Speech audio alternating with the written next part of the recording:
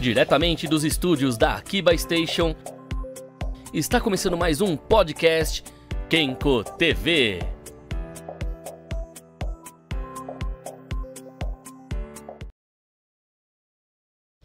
E sejam todos bem-vindos a Kenko TV. Eu sou o Yatá. Hoje temos aqui como convidado Dr. Jack, né? Prazer, boa noite, pessoal. É isso aí. Hoje vamos falar um pouquinho de tudo. Games, animes, luta livre. E lógico, estamos aqui justamente no estúdio, na Akiba Station. A loja fica na rua Tomás Gonzaga, número 18, né? Então, nossos parceiros aqui. Tem muita coisa boa chegando, inclusive. Cheguei aqui, ó, tem um monte de novidade aqui em volta já. E lógico, né? Biwall Kombucha. Pra quem gosta de um kombucha legalzinho, um chá com refrigerante, tudo numa coisa só, algo saboroso, delicioso e bom pra saúde. Biwall Kombucha. É isso aí. E vamos começar o bate-papo de hoje, porque a gente já se divertiu bastante, né? Conversando na última meia hora aqui. Né? A gente tava falando de coisas clássicas de eventos. Então, vamos continuar aqui, né? Mas vamos começando do começo pra galera saber quem você é, né? Quem é Dr. Jack? De onde veio? Pra onde vai? Do que se alimenta? Bom, o Dr. Jack, basicamente, é um lutador de luta livre. Sim.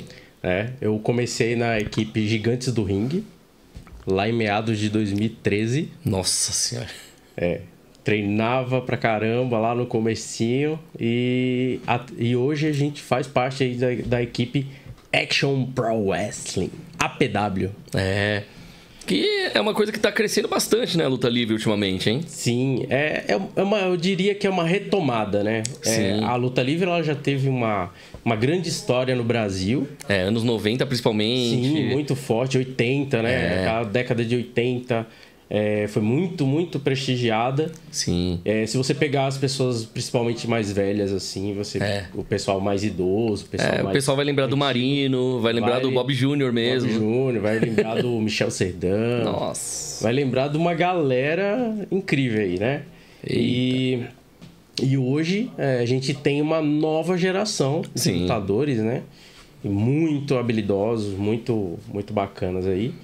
E estamos crescendo, cara. Estamos indo forte, né? Vindo de todas as direções possíveis. E principalmente pulando da corda pra cima, né? Com certeza. Clássico. Mas isso é um movimento que está crescendo não só no Brasil, né? Você está tendo esse crescimento agora. A WWE acabou de fundir com a UFC e criou o grupo TKO. É uma empresa gigantesca, monstruosa. E acredite se quiser, o ano que vem é Netflix, cara. É isso que tá dando medo, né? Netflix. A partir de agora vai ser ao vivo na Netflix. Ou seja, vai vir uma coisa, vai acrescentar o interesse em todas as equipes, em todos os segmentos. Nossa. E como tá crescendo, tá tendo interesse, obviamente, isso todos se beneficiam, né? Verdade. Nossa, eu lembro na época que o Gigantes do Ringue era o maior já na TV e tal. Se não me engano, era na Band, né, na época. Cara, já foi da Record. Sim. Né? O grande boom foi na Record. Eu já sentei na sala do Michel Serdan, eu vi essa história várias vezes. Eu adoro ouvir as histórias dele, da época e tudo mais. E foi um grande boom naquela época, depois foi pra Gazeta, teve na Band também. Né? E hoje até tá de volta na Band aí, né? Com o pessoal da WWF. Mas tem várias equipes que estão trabalhando pesado, né? Pra retomar, né, a luta livre no Brasil. E tem sido um sucesso, cara. Tem sido um sucesso. Porque, querendo ou não, né? Quando passava na TV, era tipo... Por exemplo, a época da Band, eu lembro que era a mesma época que os Cavaleiros do Zodíaco estavam na Band já. Sim. Que eles já tinham saído da manchete e tal. Mano, era assim, eu assistia as duas coisas. É uma febre, né, cara? É uma febre. E você vê como que tá ligado com a cultura pop, né? Exato. Porque é filme ganhador de Oscar. A gente tem um lá de 2008. Verdade. O Lutador. Nossa. Com Michael Hurk. É um filme clássico de luta livre. Sim. A gente tem filmes como... Agora, recentemente, o Garra de Ferro. Verdade. Você foi assistir também, né? Só coisa boa. Tem muita coisa, cara. Você for fuçar aí, você vai encontrar filme do El Santo, clássico. Não, o El Santo teve participação até em filme, se não me engano, acho que era canadense, de, assim, era terror com humor negro sobre Jesus Cristo, caçador de vampiros. Olha só. Aí teve lá, ele fazia tag team com o El Santo pra poder derrubar um avião pequenininho lá, só pra poder vencer os vampiros que estavam querendo matar as mulheres lá. Então, meu, é um negócio muito louco. Umas coisas loucas, mas luta livre tá em tudo. É verdade.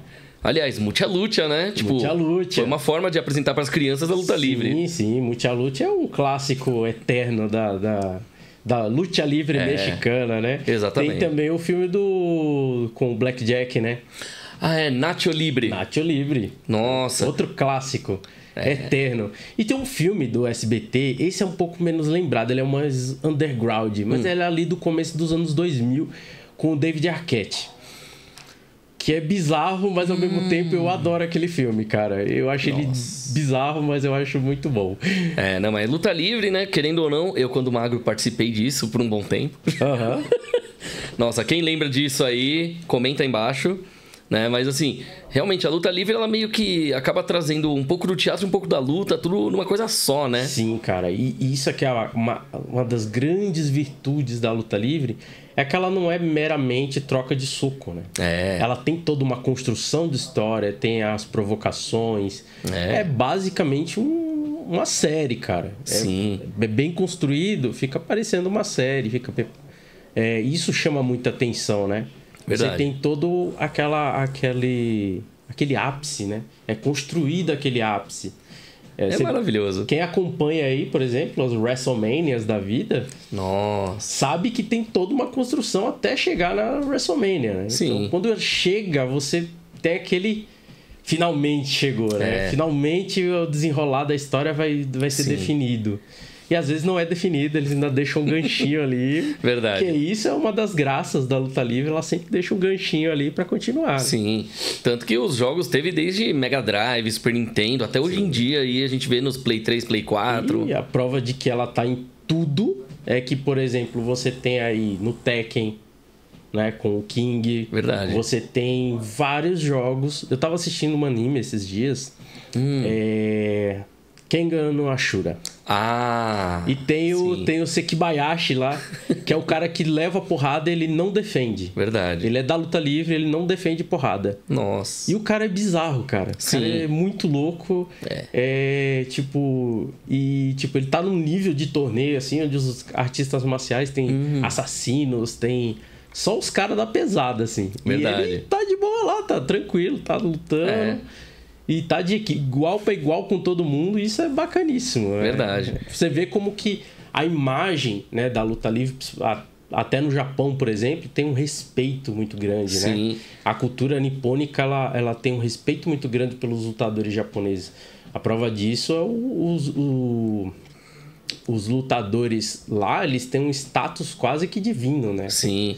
Lutador de sumô, por exemplo, ele não é zoado por ser gordinho. Sim, né? Lá eles têm até um emprego específico pra pessoa que vai, tipo, limpar o cara. Sim. Então, assim, é um negócio, tipo...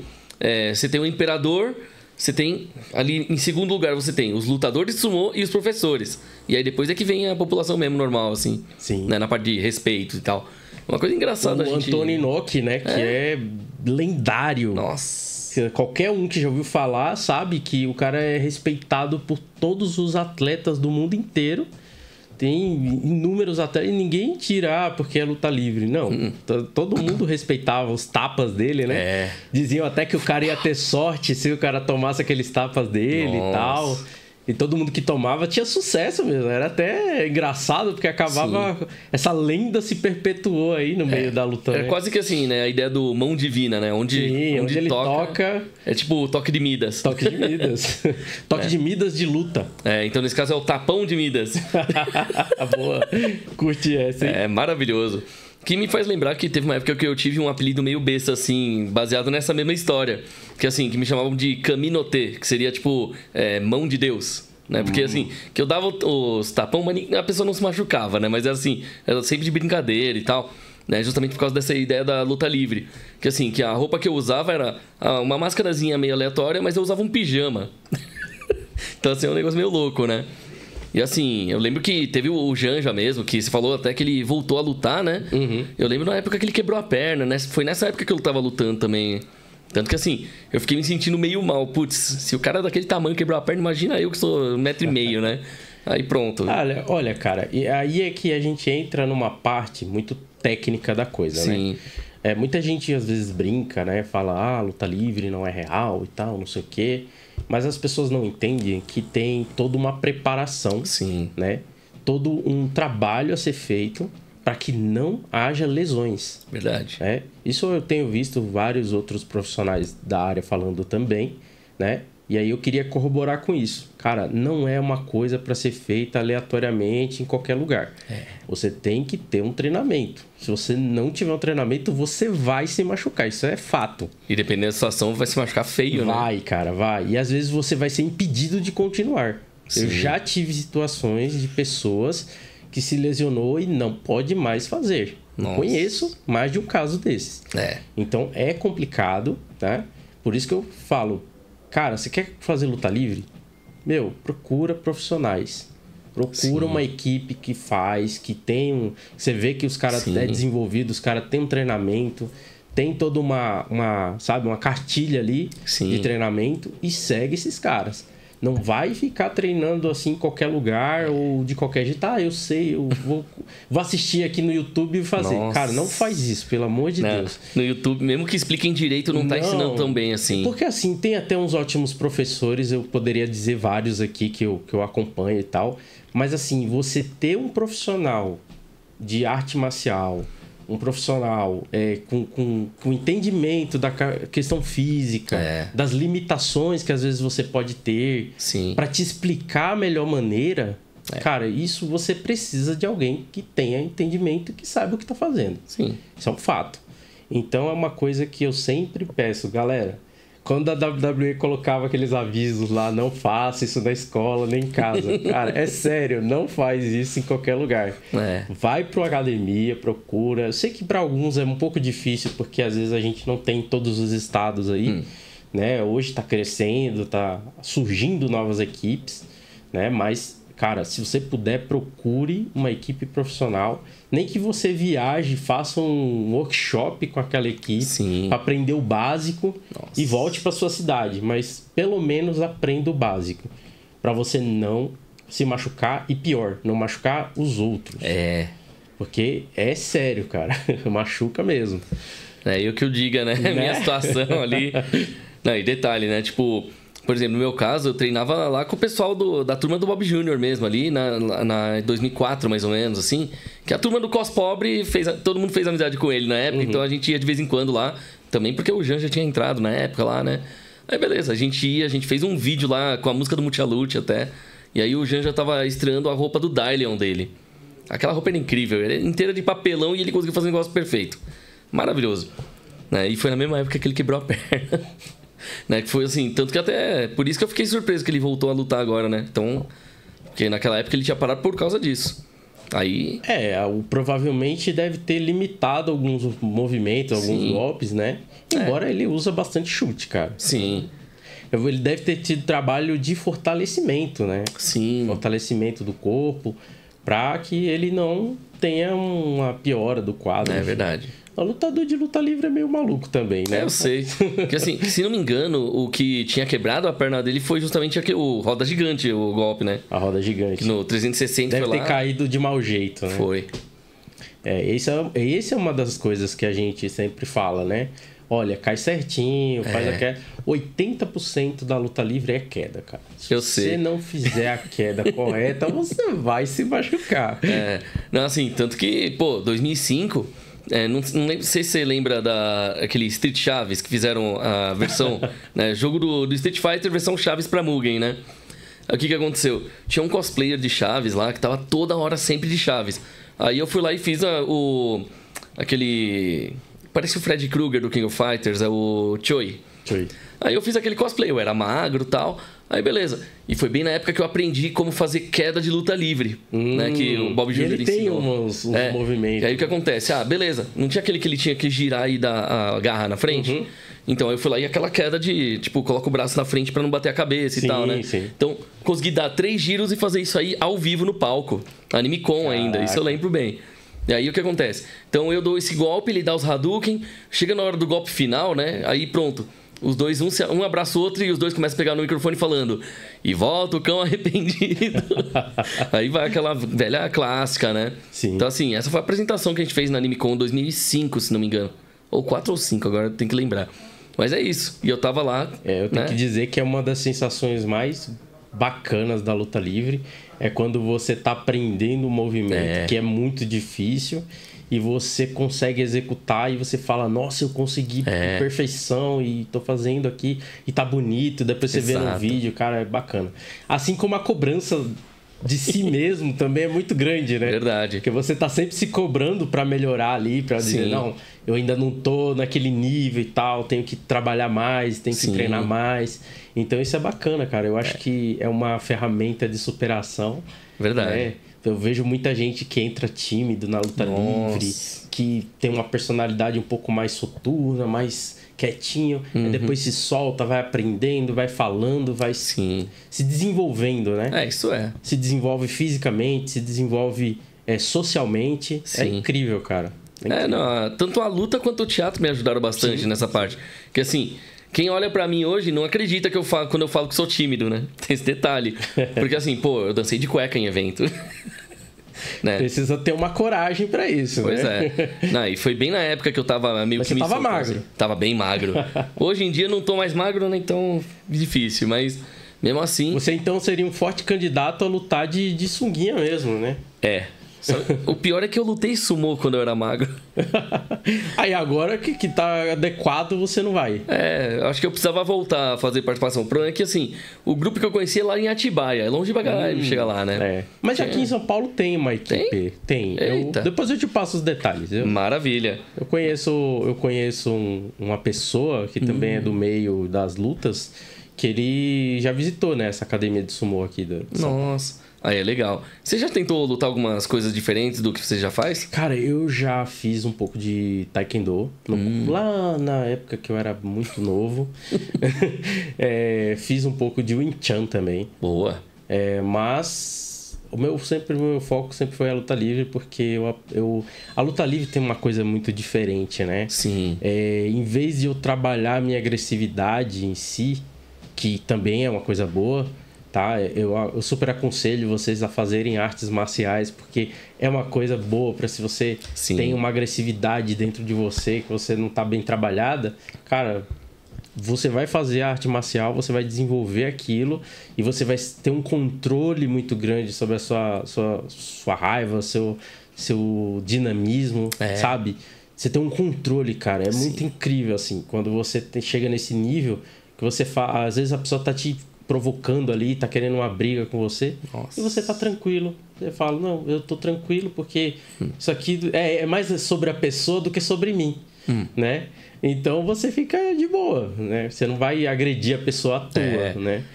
E você vai saber se defender se for o caso. Exato. Né? Isso é uma coisa boa também. Mas, voltando aqui para a questão da luta livre em si, onde é que a gente tava? A gente começou a falar de sumô e de quais estilos você já lutou, assim, além da luta livre mesmo. Sim. Então, essas outras artes marciais, elas serviram como base para mim, né, também. Uma coisa ou outra que a gente aprende lá, a gente traz para luta livre também. É muito comum, né?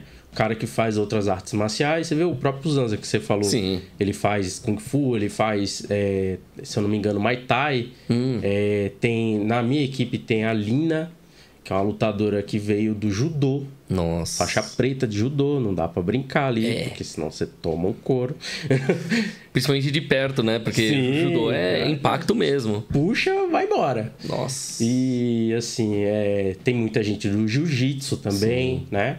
Então, lá fora também é muito comum os caras treinar jiu-jitsu brasileiro, treinar outras artes marciais de agarrar, de empurrar, né? que também ajudam como base para a luta livre. É mais usada, o de todas é a greco-romana, né? Sim. Ela é a base, praticamente, fundamento da luta livre. Sim. Porque lá fora eles usam como base aquele wrestling armador que tem nas escolas americanas. Verdade. Né? É estudado na escola. Sim. Então, muito daqueles caras, como o Brock Lesnar, por exemplo, veio disso. Vários outros caras muito técnicos, né? Verdade. Vieram disso aí. Né? E vira e mexe a gente vê em filmes e séries americanos, né? As crianças e adolescentes lá lutando isso com aquele capacetezinho lá com fone de ouvido e tal. Tem essa base, né? A nossa base aqui é muito mais o telecat nacional mesmo, sim, né? É uma tradição, né, do Brasil. Sim. Uma tradição passada aí pelos professores mais antigos. E a gente vem continuando, né? Porque funciona, cara. Funciona, com o brasileiro funciona. Às vezes você faz um golpe americanizado, bonito e tal, que você acha bonito. Mas o que às vezes funciona é uma tesoura. Verdade. Você puxar o cara aqui e a galera vai lá, vai ao delírio. Assim, tesoura, roda gigante, essas coisas. É um clássico. Os que enfeitam, né? Foi uma coisa bonita, assim. E a galera entende, né, o que você tá fazendo. Isso que é importante. Às vezes você faz um movimento muito complexo. E a pessoa, mas o que ele fez ali? Eu não entendi. Foi muito rápido. Assim... Agora, você dá um soco, você dá uma roda gigante, você dá uma tesoura, a pessoa super entende o que você tá fazendo. As pessoas meio que ficam perdidas a partir do parry mesmo, né? O negócio já vem... Como, por exemplo, tem muita luta com muita chave, por exemplo. O norte-americano gosta bastante, né? Sim. De muita chave, aí entra aqui, sai ali. É muito comum na Europa também. Os europeus são especialistas em chaveteio, né? Nossa. Então eles entra aqui, sai ali e tal, você fica... Cara, parece uma dança, assim, você não consegue entender muito bem onde é que entrou, onde é que saiu. Só quando você estuda que você vai entendendo como é que é aqueles encaixes, né? Mas com relação à luta livre mais tradicional, o telecat, ele bebe muito mais na fonte do clássico do que nesses... não que não tenha também. Isso é outro detalhe da luta livre nacional que é muito interessante. Nossa. Que a luta livre nacional, ela tem uma diferença. A diferença dela ela tem todos os estilos. Isso é uma coisa que eu comento há muitos anos e teve várias pessoas que falou isso também. Verdade. Né? Tipo, você tem o chaveteio, você tem o high fly, você tem o cara que é mais personagem, né? Você tem tudo. Você tem todos esses clássicos dentro da luta livre nacional. E pode ser trabalhar. Você consegue trabalhar para qualquer lado. Verdade. E isso é uma coisa divertida, cara. Muito divertido, porque isso dá um dinamismo bem grande. Você vai olhar para por exemplo, você lutando vai ser uma coisa, eu lutando vai ser outra. Verdade. E a galera consegue identificar esse personagem diferente um do outro. Sim. Sabe? A forma como você trabalha e a forma como eu trabalho. A gente podia ser até uma dupla e a galera ia saber a diferença do que a gente faz. Verdade. Claro, se acompanhar, né? Isso é. Nossa. Aí dava pra fazer algo tipo... Que nem aqueles quadrinhos mesmo da Image. Não sei se você chegou a ler.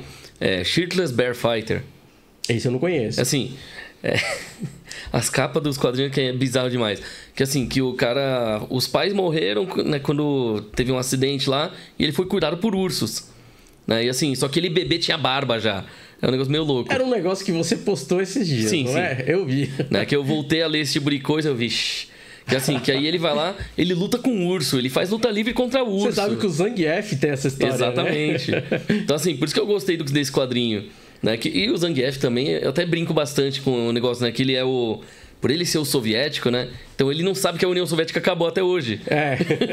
Ele continua fazendo... Ele tá ainda hoje na ideia da União Soviética. Exatamente. Né? Então aí fica aquela brincadeira, né? Tipo, tudo bem, então você tem lá... Nasceu a Mônica da Turma da Mônica, evoluiu pra Maísa, que evoluiu pra, sei lá, pra Dilma e que evoluiu pra Zangief. Né? Todo mundo usando vermelho, pô. Mas é isso. Nossa senhora. Por falar em Zangief, cara, esse é um personagem muito interessante da gente abordar, porque ele luta, né? Ele é da luta livre, ele é uma referência da luta livre e ele é baseado em um lutador que existiu. Verdade. Eu esqueci o nome agora do lutador. Sim. Memória de lutador, às vezes, não é boa não, tá, gente? Músculo é melhor que a memória nesse caso. E aí, tipo, a gente tipo, tem esse personagem que ele é baseado e o cara que ele é baseado era incrível mesmo. O cara era muito incrível. Sim, ele era uma lenda, né? Querendo ou não. Uma lenda. E não é à toa que se basearam nele pra fazer o personagem. Exato. Né? Assim como o King. O King é baseado no Frei Tormenta. Nossa. Você sabe a história do Frei Tormenta? Inteira não. A história do Frei Tormenta, eu vou resumir aqui pra galera. É um padre. Olha onde é que você já viu isso. Você vai lembrar. Um padre que teve ali tava cuidando de um orfanato. Sim. De uma paróquia. E aí ele vai... E não tem dinheiro, o que ele faz? Ele enfia uma máscara e vai pra luta livre. E dá o nome de Frei Tormenta. E depois, anos depois, descobrem que ele era realmente o padre da paróquia lá, que estava cuidando das crianças com o dinheiro que ele ganhava da luta livre. Então, onde será que você já viu isso, né? Acho que o Jack Black explica isso, né? E tinha um amigo muerte. Sim. Meu Deus. Nacho Libre, galera, vocês têm que assistir esse filme. Nacho Libre. Aliás, esse é um daqueles filmes que, tipo, tem até jogo de... Acho que Nintendo DS, se não me engano. Olha, esse eu não sabia. Sério, dá uma procurada depois. É um jogo curioso. Tem até alguma ceninha rápida do filme, assim, alguns momentos lá. Assim, tipo... Mas é um que eu queria que tivessem jogos melhores de filmes, viu? O pessoal faz jogo tão simples, assim. Eu acho que é porque o comercial, às vezes, eles não têm muito aprofundamento na história de jogo, de filme, né?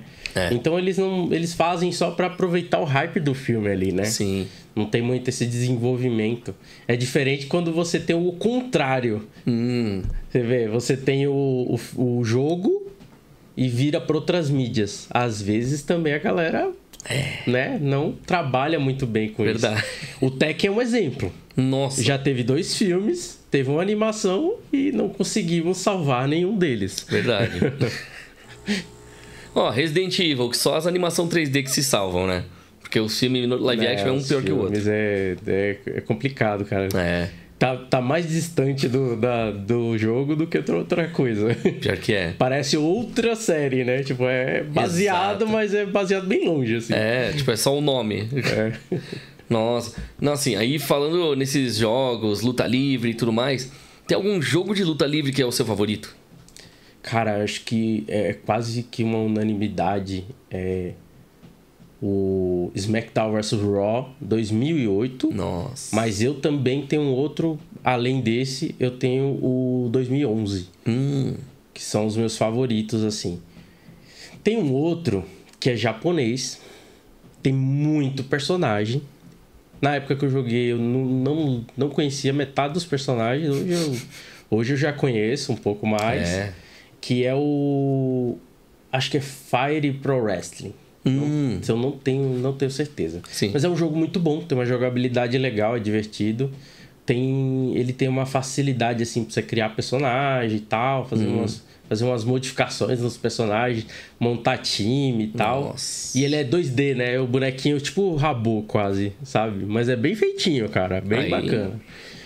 Nossa. Esse é um jogo legal. Assim, pegando na ideia de jogos, você já se imaginou sendo personagem de algum jogo? E se eu te contar que isso já aconteceu? Já? Já. Eu estou num jogo. Olha.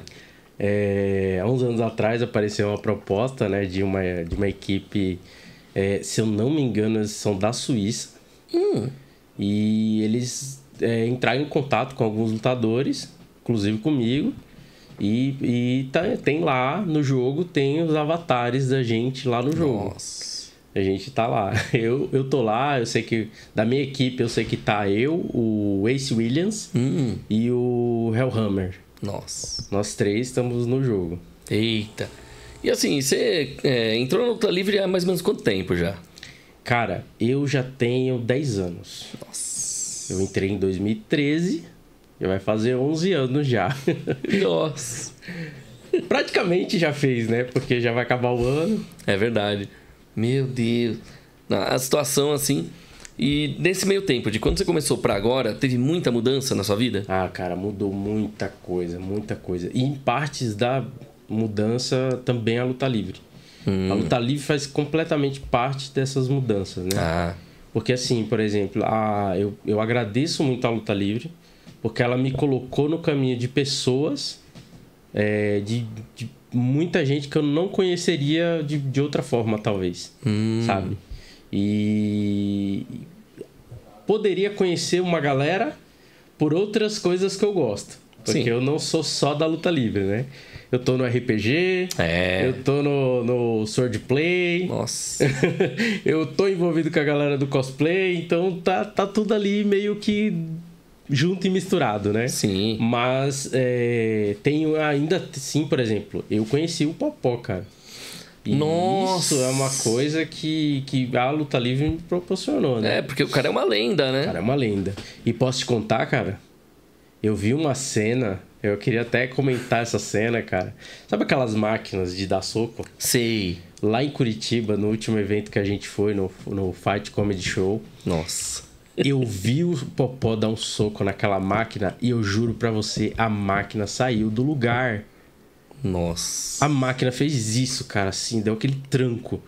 Quando eu olhei aquilo, eu falei, cara, jamais eu quero estar no ringue com esse cara e tomar esse soco, cara. Eu vou fugir como o diabo foge da cruz, cara. Nossa. É bizarro, cara. A força que ele tem é surpreendente. Ele não é um cara muito alto. Ele é mais ou menos da tua altura, assim, sabe? Eita, isso significa que eu posso ser forte se eu quiser. Só que eu vou ter que treinar pra caralho. Ele não é muito alto, mas ele é muito forte, cara. Muito forte. É tipo o Wolverine, né? Bizarro, Que o Wolverine, que é o baixinho, assim, troncudo e é forte pra caralho. Muito forte. E outra coisa legal sobre ele. Ele é uma pessoa gente fina pra caramba, cara. Olha. Eu tenho alguns episódios aqui, depois posso até comentar com você. Que, cara, ele, assim, como pessoa, assim, que eu vi nos bastidores, porque você conhece o artista, você que tá no meio dos artistas, você sabe como que funciona. Verdade. Você conhece a galera quando tá nos bastidores. Sim. De verdade, você conhece a galera nos bastidores. Ou de ouvir falar da pessoa depois, né? Verdade. E, cara, ele é incrível, cara. Ele é show de bola demais. Lá nos bastidores, ele é top, cara. Top demais. Imagina. Não tenho o que falar dele, assim. Não, ele tem cara de ser uma pessoa legal mesmo, então... Sim. Né, então, nisso aí, a gente já meio que só confirma mais, né? Sim. Agora... não é à toa que ele tem esse status de herói nacional. É verdade. Né? Ele é o Ayrton Senna do boxe, por assim dizer. Pode-se dizer que sim, cara. Ainda bem que ele não sofreu nenhum acidente nesse meio tempo, porque senão... Ainda bem, cara, ainda bem. É difícil de aparecer outra pessoa assim, realmente é 1 em 1 milhão o negócio. 1 em 1 milhão. O Brasil, inclusive, eu diria que é um pouco carente nesse sentido, de heróis, né? Exato. De heróis nacionais, assim. A gente não tem muitos caras, assim, destacados, mas quando tem, são muito destacados, né? Verdade. Tem o Ayrton Senna, tem ele... Poderia dizer também o Pelé, que é lembrado em todo lugar do mundo, né? O Zico também. O Zico. Não, o engraçado é que o Pelé foi um negócio mundial, assim, incrível. O Zico, principalmente no Japão. Então, olha só. É um negócio assim... É tipo Angra, né? Bem isso lembrado no Japão. Assim, ó, o Zico, deixa eu ver quem mais. Era o Zico, o Ayrton Senna, né, na parte de esportes. Lá no Japão, até hoje, lançam coisa nova deles. Caramba. Então, assim... É um negócio, assim, pesado e tal. Então, por exemplo, tem o Sega Saturno, por exemplo, né? Normalmente a gente conhece aquelas edições. Beleza, tem o Saturno cinza, que todo mundo conhece. Saturno preto, beleza. E tem o Saturno branco. O branco tinha 2 edições. Uma que vinha com a versão do jogo Knights, que é aquele do Palácio da Corte, né? E o outro era um que vinha com um jogo do Ayrton Senna. Só que esse jogo não era bem um jogo. Ele era um documentário que só foi lançado naquele disco. Caramba. E esse eu tenho. Olha só. Relíquias. Exato. E, assim, olha que eu sei onde você mora, hein? Eita, é verdade. Mas é engraçado a gente ver, né? Porque o quanto que o Japão vai lá e, tipo, venera o povo daqui do Brasil, né? A cultura daqui também. E eu acho que é por causa dessa... por essa questão de a gente ter a maior comunidade japonesa fora do Japão. Verdade. Eu acho que isso daí é uma mistura, essa mistura, assim, de culturas, né? Sim. Eu acho que tá muito intrínseca, né? Porque o cara tá aqui, aí vai pra lá. Ou o cara tá lá, vem pra cá. Verdade. Então, essa troca de culturas, assim, eu acho que é muito forte, cara. Verdade. É muito forte. Talvez mais do que qualquer outro país que a gente tem aí. Sim. Né? Hoje em dia, assim, né?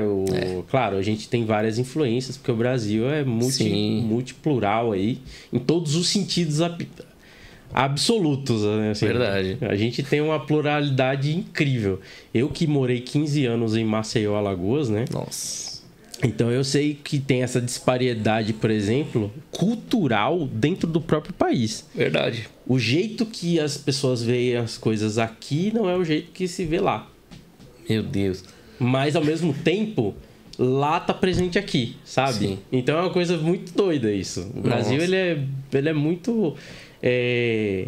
eu diria até um pouco aleatório, assim. O Brasil é bem diversificado. Sim. E falando em aleatório, isso me faz lembrar alguns rolês aleatórios, né? No caso, Ronaldinho Gaúcho é um bom exemplo, né? É um bom exemplo. Ele é o cara dos rolês. Eu tô até com medo, né? De ele aparecer em certas listas aí. Atualmente tá sendo muito comentada. Então. É a lista do cara que muda o nome a cada década, né?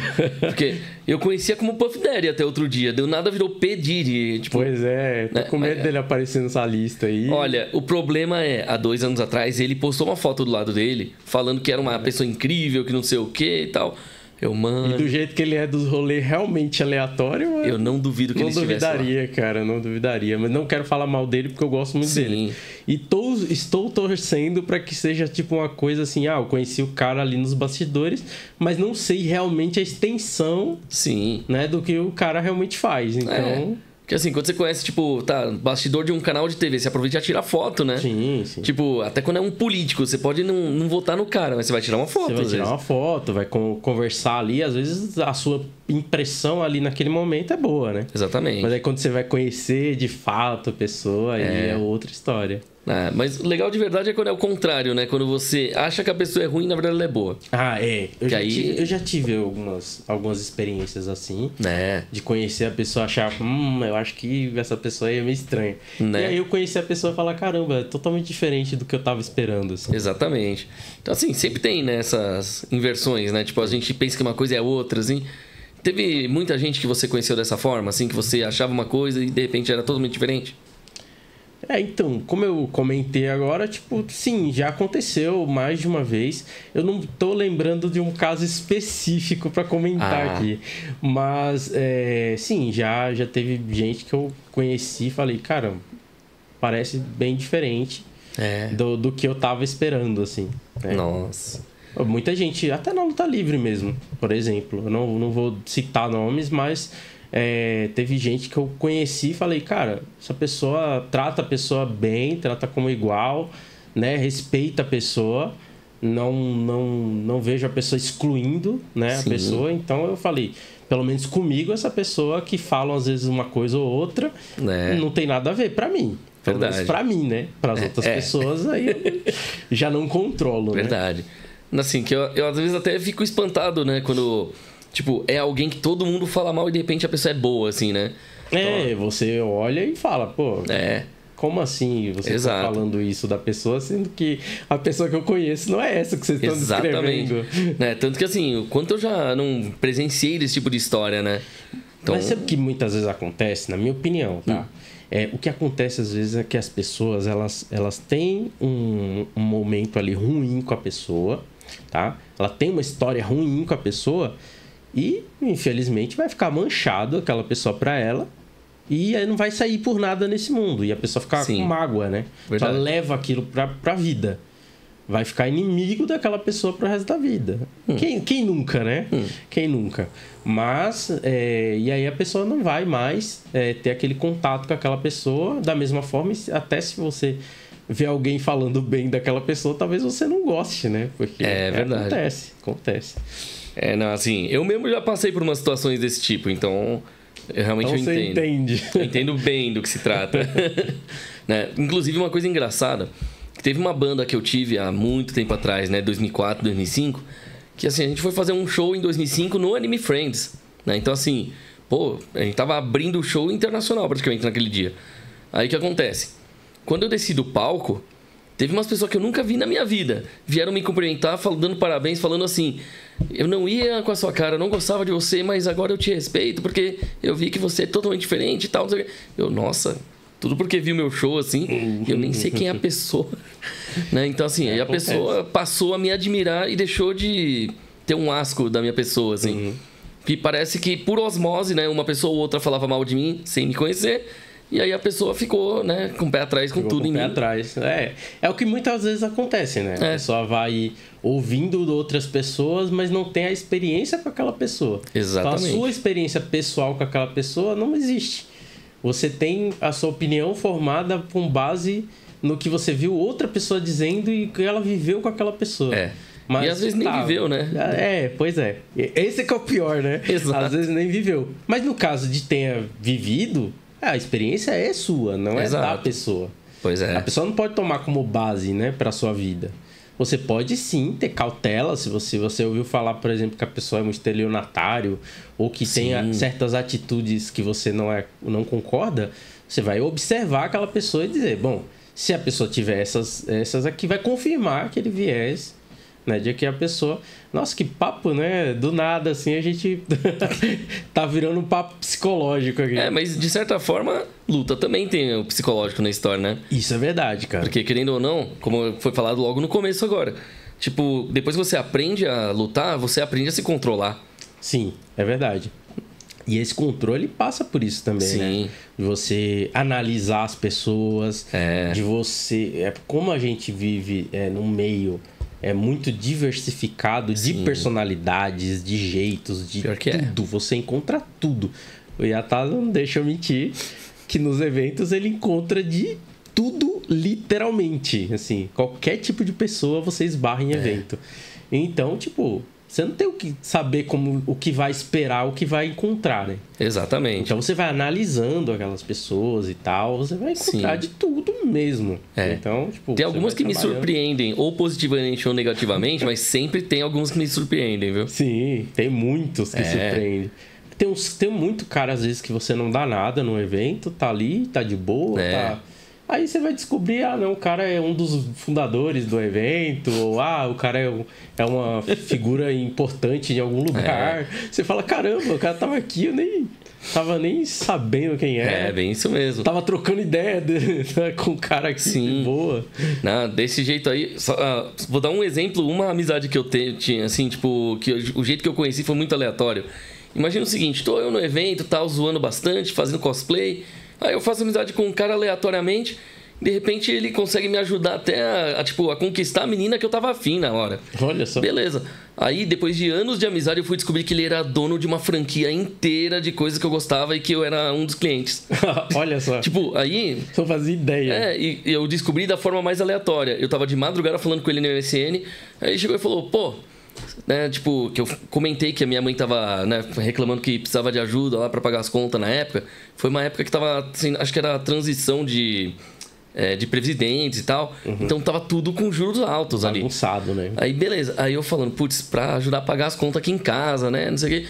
Falei, cara, vem no meu escritório amanhã, né, tal, não sei o quê. Aí ele me deu o endereço, eu, pô, aqui perto de casa, né, beleza. Cheguei lá, tem fliperama, tem um monte de coisa.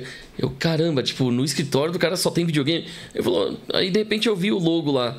Aí eu, caramba, eu conheço essa loja. Aí ele falou, então, na nossa loja lá a gente não tá contratando ninguém, mas, cara, quer trabalhar nessa loja? É a que mais vende. Ele chegou e falou da unidade que mais vendia e mandou eu pra lá. Eu falei, beleza. Tipo, o chefão, e eu nem sabia que era ele, assim. Aí, beleza. Então, tipo, trabalhei por um tempo lá com eles, adorei o trabalho, foi mó da hora. Uma grande experiência, mas, assim, vendedor não é o meu trabalho realmente. Foi só temporário, porque eu precisava de dinheiro naquela época, mas né? você é um vendedor, que eu conheço. Eu conheço o vendedor de longe. Mas, assim, mas é aquela coisa, é divertido falar com o público? Só que, ao mesmo tempo, não era... É desafiador. Né? Ainda mais que o que eu queria vender era vender sonhos, né? Fazer filme, música, né? Então, assim... Coisa mais artística. Trabalhar numa loja não era bem o meu objetivo. Então, para aquele momento, foi o que me salvou. Faz sentido. E até hoje eu colho frutos daquela época. Então, né? Querendo ou não... Sabe que você comentou isso aí, e aí, enquanto você tava falando, tava passando um filme aqui na cabeça, né? sobre justamente isso, né? De quantas amizades às vezes a gente faz do nada, cara. E que você não faz ideia de que aquela amizade vai fazer toda a diferença na sua vida em algum momento. Sim. Sabe? Que vai estar ali com você num momento ruim, ou que vai estar num momento ali que você precisava de um empurrão para conseguir algo. Sim. E a pessoa foi lá e te ajudou, sabe? Verdade. Eu já passei muito por isso. Nossa. Eu tive muita experiência com isso já. E é incrível, cara, assim, porque você fica pensando, caramba, velho. Parece que teve uma conspiração a favor aqui, sabe? Bem então, as peças se encaixaram aqui de um jeito que eu nunca imaginei. Exato. É que nem aconteceu, por exemplo, né? Jogando já mais outra história aleatória da minha vida. Imagina o seguinte: tem aqueles sites, né? Nintendo Blast, Game Blast, não sei o quê. E teve uma época que eu trabalhei lá com eles, assim. Eu fazia parte do podcast ao vivo deles antes da pandemia e tal. E aí o que aconteceu? Acabei fazendo algumas amizades, todo mundo de fora de São Paulo. Eu era o único de São Paulo da turma. Aí beleza. Aí era o Manuel, que agora acho que, se não me engano, é São Carlos ali, sabe? Perto da região de faculdades ali. E ele é professor lá, né? E ele entendia muito de videogames, principalmente os hack and slash, esses assim e tal. Aí, mano, tipo, é o cara que mais entendia de videogame que eu conheci na vida. E aí, assim, a gente fazendo o Game Blast lá ao vivo, né? Aí beleza. E aí, junto, quem que me apresentou pra ele e pra turma de lá? A Gisele, que ela atualmente tá no torcedores.com, né? Que na época ela era, tipo, a Band News lá de Belém, Pará. Então, assim, ela apresentava lá um negócio junto lá, ela era jornalista e tal.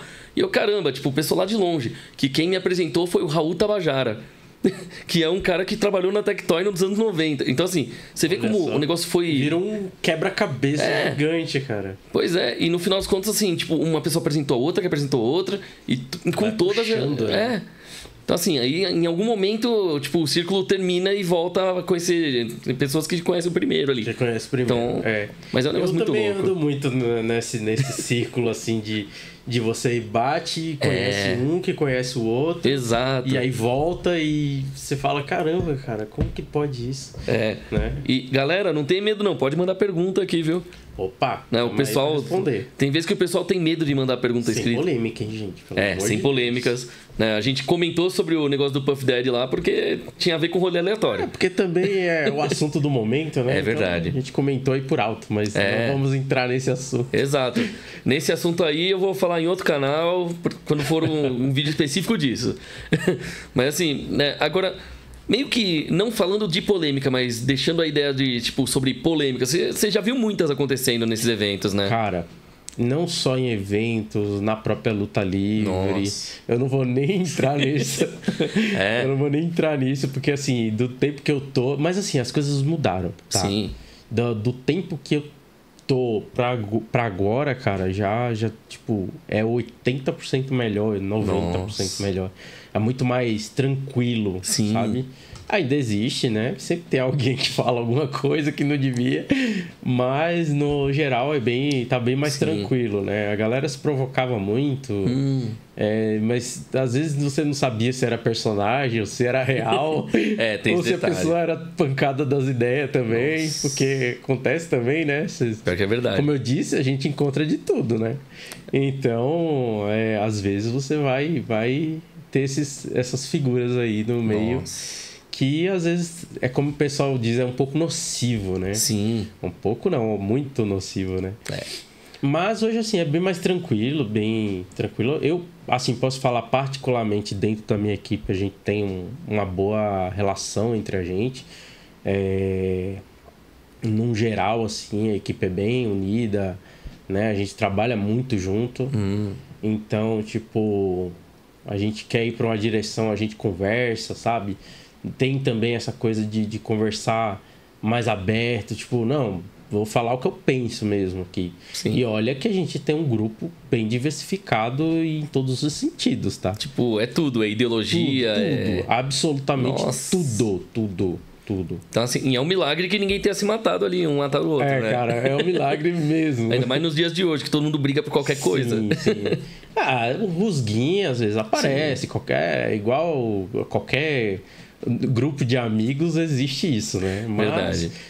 Depois passa, depois vai conversando ali, vai passando, vai a gente tem outros objetivos, né? Então não pode ficar na parte ruim, na parte da picuinha. É verdade. Né? Porque isso aí tá em toda a área artística, entretenimento, né? Tudo, então... cara. E assim, a gente tem que aprender a lidar com as diferentes opiniões, as diferentes visões de mundo. Sim.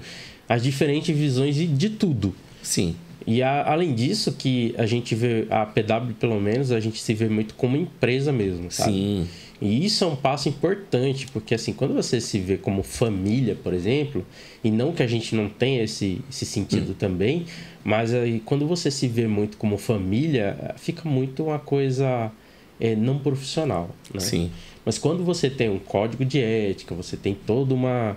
Olha, se você fizer isso, vai ter isso, como é que se diz? De punição, se for o caso, ou até não, vai ser recompensado e tal. Aí você vai ter uma outra relação, que é uma visão mais de trabalho, né? Sim. Você vai respeitar aquilo como um trabalho. Então eu acho que isso também faz diferença, né? Aí é legal. Se você tiver um negócio que é só... vou só ter uma família, ter só os amigos ali, um rolê da tiazinha ali, não dá, cara. Porque Verdade. aí uma hora vai dar ruim, entendeu? Sim. Mas se você tem uma base sólida, você não tem... pelo menos você minimiza esse tipo de situação. Sim. Não estou dizendo que não tenha, mas que vai minimizar e vai ficar... Você vai ter alguém que tem uma voz ali ativa que vai dizer, não, vamos resolver. Vamos colocar os panos, as cartas na mesa e vamos resolver. Sim. Né? Eu acho que isso é importante. Isso muito importante. E é aquela coisa, né? Tipo, você vê empresas, família, etc. No final das contas, a regra rígida acaba sendo importante, né? Então... Não sendo demais, né? Eu acho que tem que ter uma flexibilidade. Verdade. Mas também tem que ser de acordo, né? As coisas têm que ser tudo proporcional. Isso é. Então, pelo menos tentar ser, né? Verdade. Agora, uma coisa, né, também tá em alta, além daquela história das polêmicas lá, mas assim, uma quase polêmica, mas não tão polêmica. Inteligências artificiais. Esse é um assunto que me interessa bastante. Né? Porque você trabalha com mais alguma coisa além da luta? Olha, eu hoje trabalho com suporte técnico de TI. Então, eu tô bem próximo dessas tecnologias. Você vive aí. Com isso em volta. Eu vivo com isso em volta. Dentro do escritório que eu trabalho já tá presente. Embora o que eu tenho que te dizer, assim, ainda é uma coisa que vai precisar galgar um tempo. Sim. Né? Eu acho que essa tecnologia, a gente estava até conversando sobre isso mais cedo, é uma tecnologia que ainda tem muito que desenvolver, embora ela caminhe a passos largos, em alguns sentidos, né? Não em tudo, mas eu acho que ela ainda vai ter que desenvolver muito para poder chegar num ponto que a gente diga assim, nossa, isso aqui é uma ameaça para a humanidade, como o pessoal tem falado. Galera, eu não acho que vai chegar a esse ponto, pelo menos não por agora. Talvez em 5, 10 anos, ok. Tem uma chance da Skynet ser real, né? Tem chance. Ainda mais depois daquelas vezes quando surge uma notícia. A inteligência artificial teve que ser desligada porque tava falando muita besteira. Ou porque tava tendo ideologias meio pesadas. Né? Ou então porque ela tava se reescrevendo sozinha. Mas assim, eu acho que é inevitável, né, cara? Ela vai desenvolver as próprias coisas em algum momento. A tecnologia, eu converso com o GPT, né? Que tem uma função no meu celular que você consegue puxar voz. Você consegue ter um chat de voz. E eu converso bastante com ele. E uma coisa que eu só tenho que ter cuidado com a alucinação de máquina, que eu também mencionei mais cedo, que é uma coisa que, tipo, às vezes ele inventa fatos, né? Sim. Mas se você estiver sabendo do que você está falando, você tem um parâmetro. Então você consegue, se você pesquisou, você sabe do que você está falando. Então se ele fugir ali, você fala, opa, ele está saindo aqui da conversa. Mas assim, uma coisa que eu tenho conversado com ele, por exemplo... é uma coisa que eu acho que é o futuro da IA, é a combinação de IA e computadores quânticos. Eu acho que essa sim... Porque, cara, vai ser um salto. As pessoas não têm noção do que é um computador quântico, cara. Não, pior. O computador quântico, ele não é o computador comum upado. Não é, cara. Ele tá muito além disso. Tem até um cientista que comentou que é o altar para um deus alienígena, tipo Cthulhu, sabe? É como se estivesse invocando Cthulhu. Não, uma coisa engraçada, né? A primeira vez, quando eu era bem jovem, bem criança até, eu ouvi falar da existência, da ideia, né, dos computadores quânticos. Eu queria muito ter um. Eu não imaginava que precisava de uma cidade inteira para ser um computador só, né? Que nem aconteceu com o CERN, né? Que é a ideia da partícula de Deus lá. Sim, ali é o complexo do CERN para pesquisa científica, né? Mas o computador quântico ele não é tão grande assim. Ele talvez ele precisa de uma sala do tamanho da loja aqui, mais ou menos.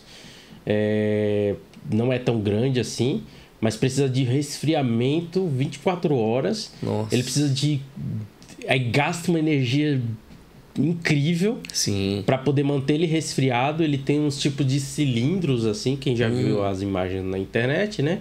Ele tem uns tipos de cilindro. Ele não é como um computador normal assim, que você tem aqui a CPU e você mexe. Não, é outra coisa, cara. É outro paranauê, sabe? Verdade.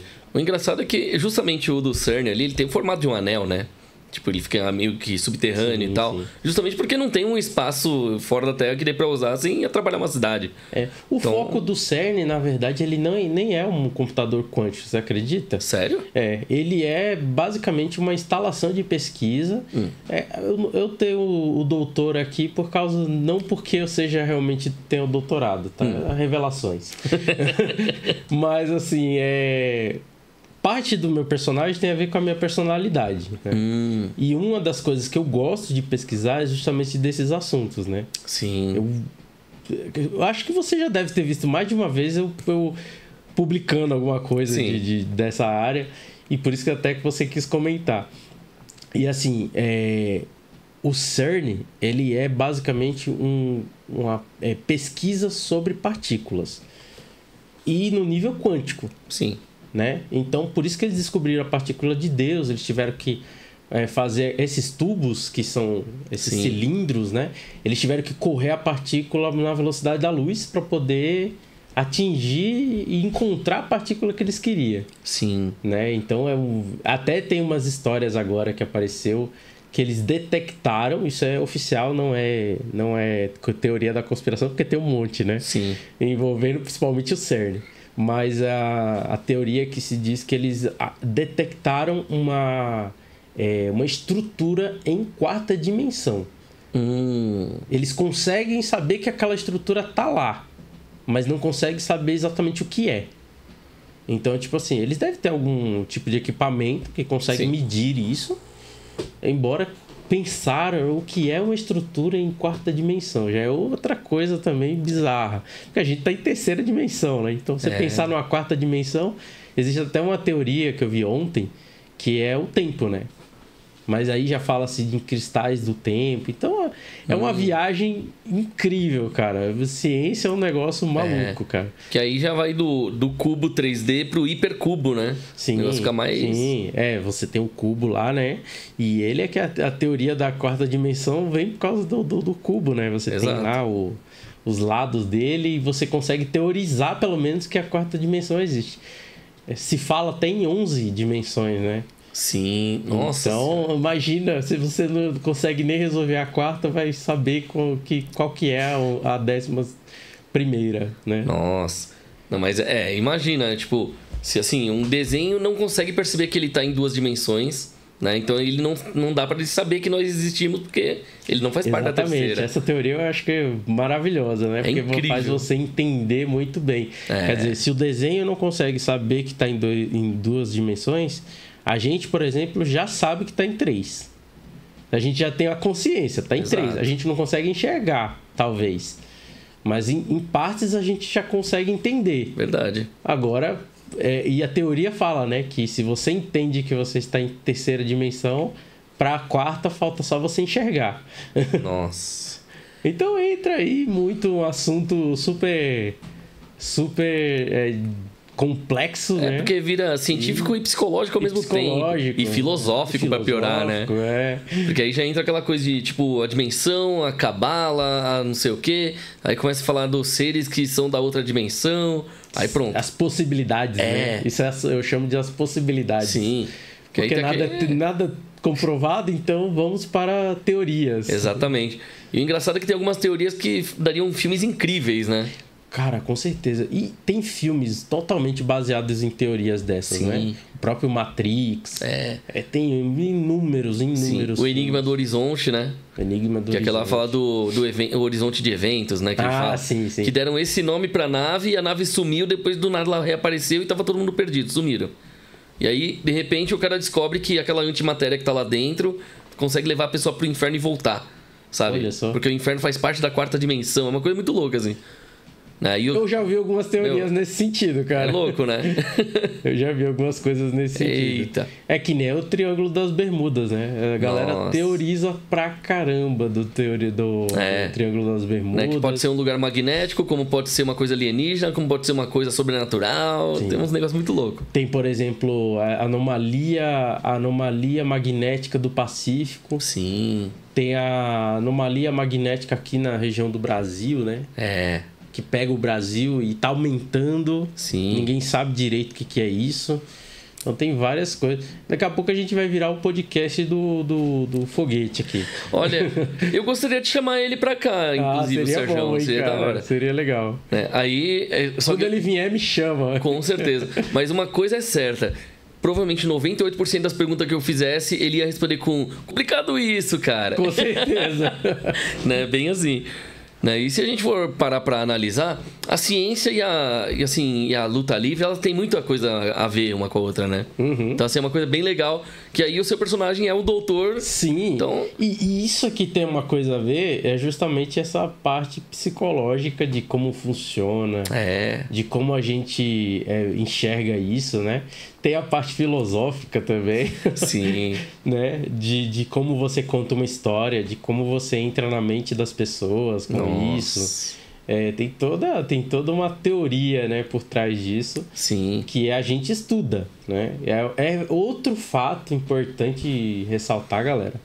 Que muita gente não sabe, mas luta livre não é só treinar, não é só ir pra academia. É você estudar a luta livre. Então você tem que ir lá, conhecer as épocas, conhecer... mas isso é obrigatório? Não, mas se você quer realmente desenvolver a luta livre, saber como explicar, saber como falar sobre isso, cara, se debruça. Né? Eu conheço uma galera que estuda o pessoal até de fora, tal, do país, né? Faz cursos mesmo, literalmente cursos, sobre luta livre, né? Sobre como é a psicologia de ringue, como você constrói uma história em cima do ringue, como você passa isso pro público, a emoção que você passa. Tem toda uma questão psicológica. Então não é só lá subir e fazer movimentos aleatórios. Muita gente acha que é isso, né? Fazer movimento aleatório e tá beleza, tá bacana, mas não é, cara, não é, não. Pode ter certeza que não é isso. Sim. E é assustador, né? A gente parar pra pensar nisso. Tipo, o pessoal olha assim, nossa, é só lutar. Aí de repente vai vendo, putz, tem personagem com história. De repente vira um RPG. É um RPG, cara. E por falar em RPG, que é uma coisa que eu gosto muito, né? Aí, ó. Quais os seus favoritos ali? Cara, hoje eu jogo muito RPG de mesa, né? Então se a gente for falar de RPG de mesa, que eu não sei se era esse o sentido também que você ia comentar, mas eu cresci com a galera da Jambô.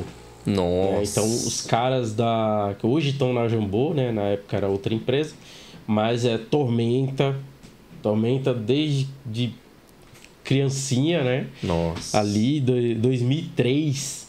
Meu Deus. 2003 sempre foi uma coisa assim que eu cresci. Magic, né? Eu era viciado nessas drogas pesadas. Magic. Eu ainda jogo Magic às vezes. Então tá explicado. É viciado. Faz parte. Aí tem o 3DT. Sim, clássico. Inclusive, eu tô montando umas mesas aí, enfim. eu vou para evento, eu narro profissionalmente. Aí é bom. Então tem toda essa questão aí. Inclusive, eu tô com o pessoal do Toca Game. Boa! Um abraço aí se vocês estiverem assistindo. É isso aí. Eles geralmente eu sempre encontro eles nos eventos. Tanto nos que eu faço, quanto nos que eu só vou como convidado, apresentador e tal. Sim. Então, e também são, tipo, galera das antigas, né? Ah, sim, sim. Né? Tem o Ziegfeld também, tá sempre. E por falar em RPG e tudo mais, olha como que são as coisas. Eu conheço essa galera não só do RPG. Eita. Eu conheço essa galera do Swordplay, que é outra coisa que eu fazia há uns tempos atrás. Nossa, famosa Batalha Campal. Batalha né? Campal. Cara, já bati com espada de espuma em muita gente. Nossa. Atualmente da Batalha Campal, a gente tem ali várias turmas, né? Que tem. tipo, ramificaram e tal. Eu recentemente fui, né, para o Encontro Paulista do Swordplay. E foi legal pra caramba, conhecer uma galera. Cara, e todo ano muda a galera, né? Verdade. Vai se aposentando uma galera, vai entrando outra. Nossa. E vai se divertindo. Verdade. Que eu lembro da época que o Israel fazia, né, nos eventos lá, e agora ele organiza eventos e não tá mais participando da Batalha Campal. Olha só. Né? Então, aí, acontece. Tipo, justamente por falta de tempo, né? Isso que é mais bizarro. Né? Porque, pra quem não sabe, organizar evento é quase que 24 horas pensando o tempo todo no evento. Qualquer coisa relacionada a evento é complexo. Exato. É complicado isso aí, cara. Complicado isso aí, cara. Né? Mas assim, aí pegando por essas ideias, pô, tem a galera mais pro lado medieval, tem a galera mais pra, tipo, Star Wars. Sim. Né? Então, assim, tanto que tem uma galera de Academia Jedi mesmo aqui no Brasil, né? Inclusive, eu conheço o professor, eu esqueci o nome dele agora para citar, mas eu conheci ele e ele é adepto também ele é chegado com a galera do Swordplay também. Pois é. Tá meio próximo ali. Sim, e ele ensina com o sabre mesmo, né? Sim. Inclusive ele ensina as formas de combate dos Jedi mesmo. Sim. É bem legal pra caramba. A gente trocou uma ideia sobre isso. Que tem campeonato, né? Eu gosto bastante. Nossa, você participaria de um campeonato de luta Jedi, assim? Ah, com certeza, cara. Eu sou super nerd. É uma pena que não dá pra usar o poder mesmo da força, né? Só eu comentar um negócio que eu comentei hoje em casa. Tem o Henry Cavill, né? O Cavill nunca vai estar nesses rolês das festas lá. Sabe por quê? Porque o cara tava jogando... Provavelmente o cara tava jogando videogame, cara. Verdade. Então você viu como é que é? Joga seu videogame, não vai pra certos lugares. Você não se complicar, entendeu? Melhor coisa que você vai fazer na sua vida é não estar em certos lugares e estar jogando seu joguinho tranquilo e suave na sua casa. Meu Deus. E pensar que ele quase não foi o Superman porque ele tava lá, né? Jogando. É com base nessa história que eu tô falando, né? Que eu acho que ele não vai estar nesse rolê porque, pô... O cara tava no rolê do videogame dele lá. Sim. Não, ele é aquele cara que ele sofria bullying e ele era rejeitado por jogar videogame. Sim. Do nada ele virou o cara fortão assim e tal. Pronto, virou Superman. Pronto, acabou. É um dos maiores símbolos dos nerds, né? E agora ele é o cara desejado, ele é o cara top de linha, ganha muito dinheiro. E os caras que ficavam zoando ele, sabe Deus onde é que tá agora. Né? É que nem aquela música lá dos Seminovos, né? Do Escolha Já Seu Nerd. Nossa, cara, eu vou falar, hein? O Yata acabou de abrir um baú muito fundo de meados de 2000, cara. Isso é época Isso é época de... Charges.com.br. Charges.com.br. A época do Fábrica de Quadrinhos ter o Mundo Canibal ainda lá dentro. Fábrica de Quadrinhos, cara. Muito antigo, velho. Não, porque foi a época que o Fábrica de Quadrinhos e o Quanta eram só a Fábrica de Quadrinhos. Basicamente era o início do YouTube, né, cara? Na verdade, até um pouco antes do YouTube, porque eles lançavam tudo em Flash. É verdade. Que aí tinha na Newgrounds e tal. Época, cara. Nossa, eu adorava. Nossa, se tiver a galera da geração Z, eles não tá entendendo nada que a gente tá falando, sabe? Porque assim, o engraçado naquela época, mesmo eu sendo menor de idade, foi lá que eu realmente era meio hacker, por assim dizer, né? Tipo, eu ia no código-fonte do site pra procurar onde tava o arquivo SWF pra poder ter o arquivo original puro. E aí eu podia depois salvar o vídeo e tal, gravar ele. Quer dizer, o vídeo em Flash era nada mais do que uma animação que podia dar alguma merda e você podia trocar a ordem das coisas. Ah, sim. Né? Então, assim, eu baixava o negócio, então tinha os jogos que depois saíam do ar, eu ainda tinha no computador. Muitas coisas eu ainda tenho em disquete. Olha só. E o pior, meus disquetes funcionam. Eu até um tempo atrás tava com uma máquina lá em casa que rodava disquete, cara. Meu Deus. Só que aí eu me desfiz, né? Eu falei, não vou ficar com esse negócio aqui não. Assim, não tô nem usando. Ó, eu tive disquete dos grandão. Eu tive o do 1.44, que é o que eu mais tenho e ainda uso em casa. 44. Agora, um que eu sempre quis ter e nunca tive o acesso, mas meu primo teve, foi o Zip Drive. Nossa. Cara, velho. Que assim, é basicamente um CD, 700 MB, só que num disquetão um pouquinho gordinho. E você viu a história que os chineses estão retornando com a mídia física? Sim. Eles estão, ó, eles conseguiram... Só que agora é o quê? 1 tera? 1 tera ou mais ali, dependendo do... que assim, fita magnética, agora também estão conseguindo fazer uma qualidade melhor para poder caber mais coisa. Tem aquele negócio do cristal lá, cubos de cristal para você salvar as coisas. Cristal. Esse do cubo de cristal eu achei interessante. Isso é uma teoria que eu já ouvi há muitos anos atrás. Inclusive tem a ver com a quântica, tá? Sim. Que você pode gravar informação em qualquer tipo de objeto. Só que eles ainda não sabem exatamente como fazer isso. Mas, por exemplo, olha que loucura isso aqui, cara. Olha que loucura. Se você pegar um livro, você taca fogo no livro. O livro vira poeira. Sim. Na poeira daquele livro, você ainda encontra a informação que estava no livro. Sim. E isso é uma coisa bizarra, cara. Verdade. Você parar pra pensar nisso, você fala, nossa, meu, mas como que pode isso, né? Sim. A informação do livro ainda estava ali, mesmo o livro tendo sido destruído. Verdade. Né? Então, como acessar isso? Aí é que fica a questão, né? De como recuperar essa informação. Que isso me fez lembrar, sabe o quê? A antiga teoria de que a alma, né, das pessoas na ciência é explicada como sendo os quarks. Né? Que você conhece essa, sim, né? Sim. Que assim, então, o que acontece? Então a gente tem partículas, nêutrons, prótons, tal, etc. E o menor de todos era o quark, porque quando a pessoa morre, a alma dela sai. Essa alma, né? Esse gás, esse não sei o quê, são os quarks. Então, quarks. Por isso que quando alguém é um assassino, geralmente tem a aura mais pesada e você sente o ar mais pesado em volta. Quase esotérico. Então o esoterismo é como se ele fosse uma ciência que não precisa explicar. Porque aí você já sente. A gente vai pra um... Eu continuando isso que você tá falando, a partícula de Deus. Exatamente. Que a partícula de Deus seria uma parte que ainda é menor do que o quarks, que é a alma, seria o definitivo, mas não é. Tem uma partícula menor, que é a partícula de Deus, que eles detectaram um lugar, não é exatamente um lugar, mas seria da onde sai. Da onde sai essa informação? Seria um mar primordial, da onde sai todas as informações. Para gerar aquela partícula de Deus, para gerar esse quarks, para gerar os prótons, nêutrons e enfim. Então você imagina quando chega nesse nível, meu Deus, o que isso significa, né? E pensar que a partícula de Deus, ela só tem esse nome por causa de coisa de título de livro, né? Que assim, que era pra ser Goddamn Particle, né? Essa maldita partícula. Mas eles ainda estão desconfiados que existe ainda um nível menor ainda de partícula. Nossa. Olha... Onde que eles vão chegar nisso? Se eu tivesse alguma forma de salvar vários petabytes aí, sei lá, em cada quark de algum objeto, eu ia finalmente poder salvar a parte da minha coleção. Porque eu tenho muita coisa ali que, que vai se perder com as mídias, né? Vai. Porque assim, tem filme que a gente só vai ver em VHS. Tem filme que nunca foi lançado pra DVD e que o pessoal perdeu as master. Tem filme que você vai só encontrar em 16mm. Então assim... Tipo, como que você vai preservar a história do cinema, a história da arte dessa forma, né? Vai chegar uma hora que a gente vai ter um novo método, né? E vai aumentando essa qualidade de armazenamento aí. Mas é bem doido isso. Imagina, você chegar ao ponto de, sei lá, colocar na água. Que é uma das teorias que já existe, né? É uma das teorias, eu sei. Sabe o que é pior?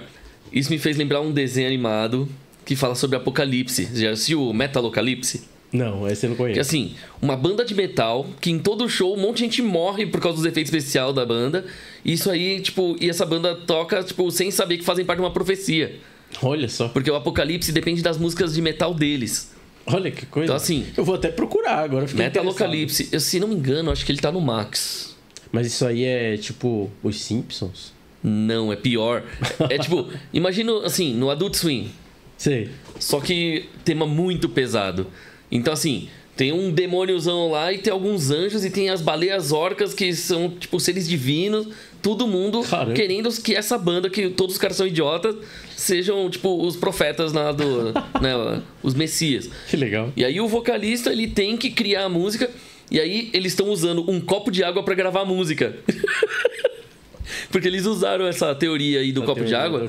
Porque o produtor musical falou que a forma mais pura pra salvar a master de uma música, sem nenhum ruído e tal, é gravar debaixo do mar, dentro desse copo d'água específico. Nossa, então todo mundo tem que comprar o copo d'água pra ouvir a música. É assustador. É um bom jeito de vender água. Meu Deus, é uns negócios muito loucos. Mas isso aí entra naquela... Aí eu já vou entrar numa outra teoria que é até polêmica. Sim. Mas não é tanto assim. É que eles falam que, por exemplo, tem o Masaru Emoto, já ouviu falar? Que ele faz o teste lá ficar falando com a água, Sim. fala coisas positivas pra água, fala coisas negativas. Pior que eu já fiz teste disso, depois... hein? Você já fez teste? Fiz teste. E aí, funcionou? Pior que muda o sabor da água. Cara... Porque assim, sabe quando, tipo, parece que a água veio... Não que veio de esgoto, mas assim, ela parece mais delgada do que o normal. Uhum. É quando você fala muita coisa negativa perto da água. Agora, quando você reza ou você canta uma música animada, só fala palavras mais positivas, a forma que você tá falando já é diferente da forma do negativo, né? Sim. Então aí, só esses sons já estão mudando a composição da água. Eu gosto muito de uma professora de filosofia. Tá, eu não lembro o nome dela agora. Porque a gente nunca lembra o nome das coisas que a gente gosta. Faz parte. Mas ela fala muito disso, né? De qual que é a música. Você quer conhecer como o povo tá, descubra a música que o governo dá a eles, né? Bem isso. E aí, tipo, você vai descobrir qual que é porque a música basicamente é vibração, né? Exato. Então, tipo, você entra nesse assunto de vibração, Nossa. a música tem tudo a ver com isso, né, cara? Exato. Então depende do que você tá ouvindo. Se você tá ouvindo coisas que são mais pesadas, Sim, em termos de vibração, você vai receber uma carga de palavras negativas, de coisas negativas. exatamente. Se você ouve uma música que é mais refinada, você também vai receber aquela produção, Exatamente. aquela como é que se diz? Fugiu a palavra agora. A positividade. A positividade, Sim. tipo, o movimento daquela música, né? Sim. Positivo, você vai receber. Isso é bem interessante, cara. Eu sempre gostei desses assuntos, de estudar sobre isso, de procurar sobre isso. Agora, uma coisa engraçada é que eu já fui chamado de Messias por um amigo meu meio bitolado lá, por causa justamente desse assunto da água. Que assim, que eu fui explicar pra ele o que eu sabia sobre, né? E assim, desses estudos, você olha no microscópio pra ver o que você vai falando, o que vai mudando a composição, o formato dos cristais de água, né? Sim. Aí o que acontece? Sabe aquele negócio de você colocar areia em cima do negócio de som e aí ele faz vários formatos dependendo do som que você tá passando? Sim. É mais ou menos a mesma coisa. É a mesma ideia, Ele muda igual, né? Só que você tem que ver por microscópio e tal. Sim. Meu, eu achei incrível porque isso explica cientificamente os passes pra você tomar água lá do espiritismo.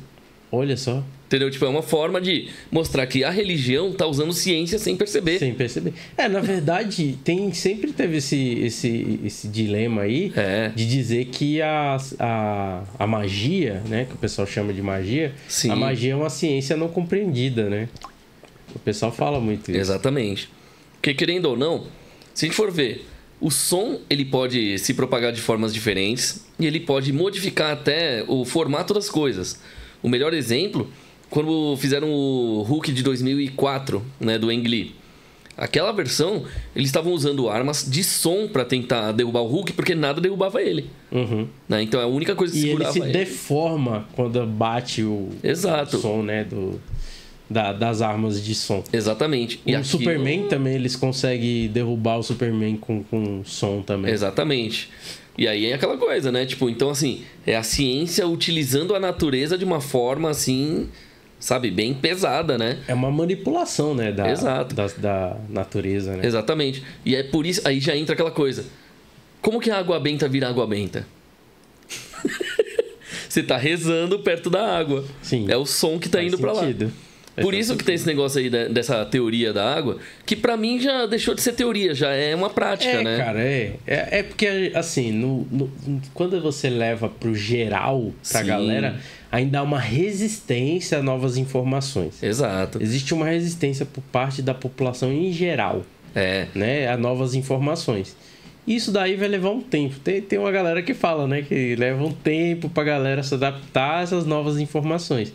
Tem outros que, tipo, dá pra ver também que, de certa forma, a galera se prende numa coisa e elas não recebem essas novas informações, entende? Tem como se fosse um bloqueio para essas novas informações, que é outra teoria também. Verdade. Né? Eu acho que você já deve ter ouvido falar. Sim. Que há um bloqueio para chegar a essa informação. Sim. O canal tem que estar limpo para poder a pessoa receber a informação. Não está limpo, então não vai receber. A galera não vai acreditar em novas informações, né? Isso me faz lembrar a teoria de as músicas que ajudam a abrir o cérebro e as que fecham, né? Que é o negócio de, tipo, a música clássica e o heavy metal foram comprovados cientificamente nos anos 90 e 2000, que geralmente as pessoas mais inteligentes, geralmente elas ouviam bastante esses dois estilos. Sim.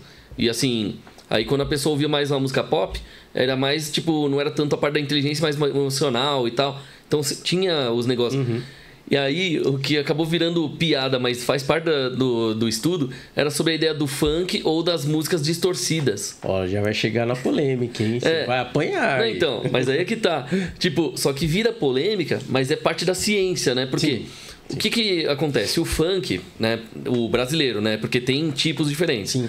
O funk James Brown é uma coisa. O funk nacional aqui brasileiro, né? O carioca, o paulista, eles têm uma coisa em comum, que é sempre aquela mesma batida, só que o som tá estourado, ele não tá regulado, né? Enquanto que nos outros estilos, mesmo que esteja o mais alto possível, não estoura. Tá tudo certinho na parte da produção musical. Tem uma coisa também, você que é músico, você vai poder até dizer que é ou não é que tem essa parte da questão da densidade da música. Sim. Né?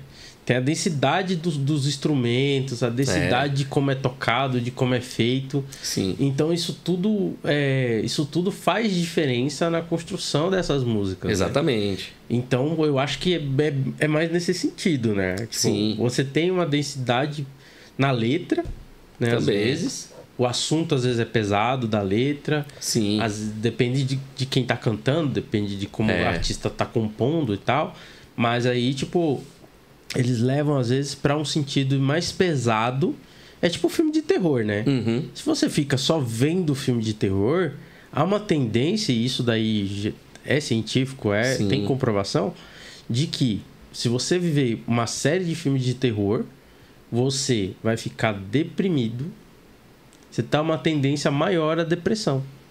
Vai ficar deprimido. Não é depressão, mas deprimido mesmo. Sim. Sabe? De tipo você ficar numa... porque é susto. Sim. Dopamina. Chega uma hora que não vai mais funcionar, né? Como é que se diz? Tem uma outra coisa que é de...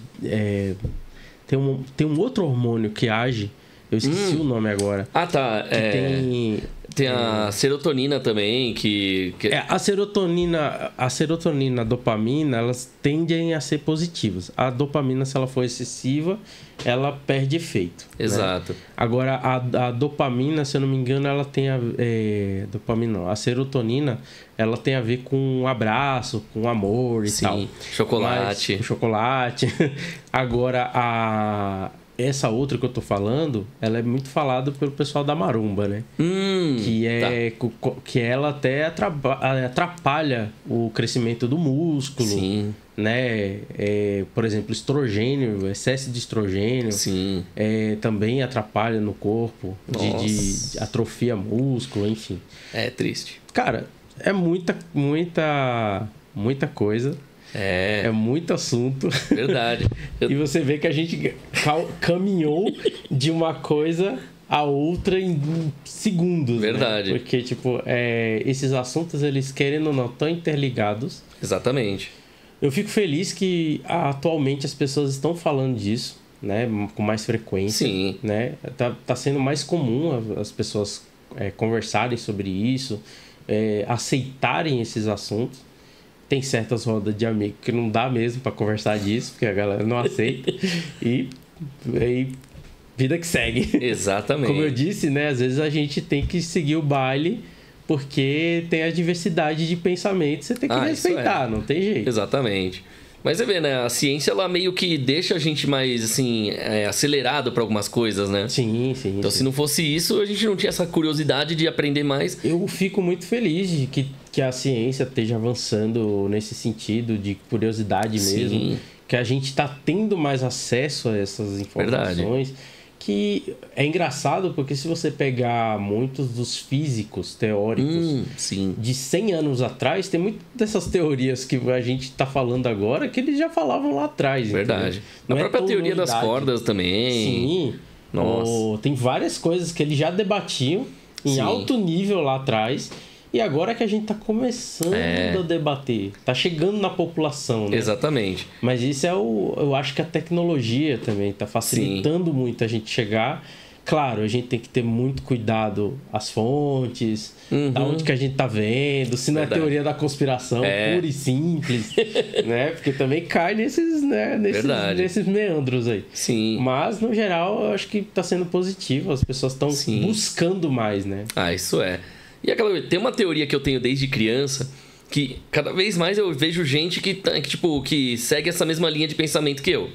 Que assim, reencarnação e viagem no tempo são a mesma coisa. Interessante, fale-me mais. Assim, é que eu vou ter que resumir bem resumido, porque o negócio daria umas horas e horas conversando, né? Que mistura tudo, o filosófico com o científico, né? Mas assim, um resumo. Imagina o seguinte, jogando já... Como se fosse jogar um RPG, vai. Imagina que tem uma luz. Dessa luz, tipo o Sol. Não tem várias explosões que vai e volta as coisas assim? É a mesma coisa aqui, um nêutron e o próton, aquela coisa. Certo. Tem o mesmo design ali, só que em tamanhos diferentes. Imagina que tem um Sol central ali, que ele explodiu e virou vários planetas, certo? Tá expandindo. Certo. Aí chega um momento que do nada tudo volta a comprimir numa coisa só. Certo. Agora pensa que isso esse já faz parte da 11ª dimensão. Então a gente não tá vendo todas elas, mas elas fazem parte, certo? Assim como a gente vê a folha e vê o 1D e o 2D. E a gente vê o 3D porque a gente faz parte dele. Faz parte dele. Nisso, o que acontece? Lembra Shaman King? Sei. Eles não falavam que cada religião via Deus de uma forma diferente. Então, um é Deus, outro é Yahvé, o outro é o Grande Espírito. Sim. E cada um via de uma forma diferente, porque cada um tá vendo de um ângulo diferente a mesma figura, certo? Faz sentido. Agora, imagina que essa figura, essa luz aí, pulou um aqui fora. Nasci eu. Aí, quando a mãe da gente dá a luz, ou seja, dá a luz, a gente vem. Quando a gente morre, falam pra gente ir até a luz. Imagina que na hora que a gente está indo para a luz, na verdade a gente já está nascendo em outra época, em outro corpo. É a alma indo para lá. Então é a viagem no tempo. Por quê? Se eu morro hoje, eu posso estar nascendo na década de 50. Eu morro na década de 50, posso estar nascendo em 2040. Morro lá em 2040, posso estar nascendo lá... Uma teoria, no mínimo, interessante. Então, de certa forma, todos nós somos a mesma pessoa em uma época diferente. Saquei. Pegou a ideia? Peguei. Inclusive tem umas teorias que falam de muito semelhante a isso que você está falando, da consciência única, né? Exatamente. Que seria uma única consciência fracionada, mas que no fim das contas ela é uma pessoa só. Exatamente. Agora imagina que isso tudo, de repente, se isso for comprovado como verdade. Se a gente chegar nesse nível de compreensão, cara, você imagina o que é para, por exemplo, guerra. Você tá fazendo guerra, tá matando você mesmo. Exatamente. Não faz sentido. Você tá brigando com você mesmo. Exatamente. Não faz sentido. Agora, o mais bizarro é, como a gente nunca lembra da vida passada, pode ser que a gente esteja brigando sem perceber isso aí, e ao mesmo tempo a gente só vai descobrir que a gente tá se machucando lá pra frente, depois de umas 3, 10 vidas, 20 vidas. Porque sempre tem aqueles casos, cara, que... Faz muito sentido isso. O que é assustador, né? É assustador. Imagina... É no mínimo assustador. Exatamente. Né? E sabe o que me levou a acreditar nisso desde criança, nessa ideia, e levar essa teoria adiante? Charlie Chaplin. Caramba. Porque assim, Lógico, tem as teorias de conspiração por causa das coisas de bastidor dos filmes dele, né? Por exemplo, ou das coisas que ele fazia. O cara era um gênio que tudo que ele previa pro cinema tá acontecendo até hoje, né? Todas as evoluções e tal. O que acontece? Era o Nostradamus do cinema. Praticamente. Só que o que acontece? O pai dele, né? O Sir Charles Chaplin. Ele era o Charlie Chaplin, o filho.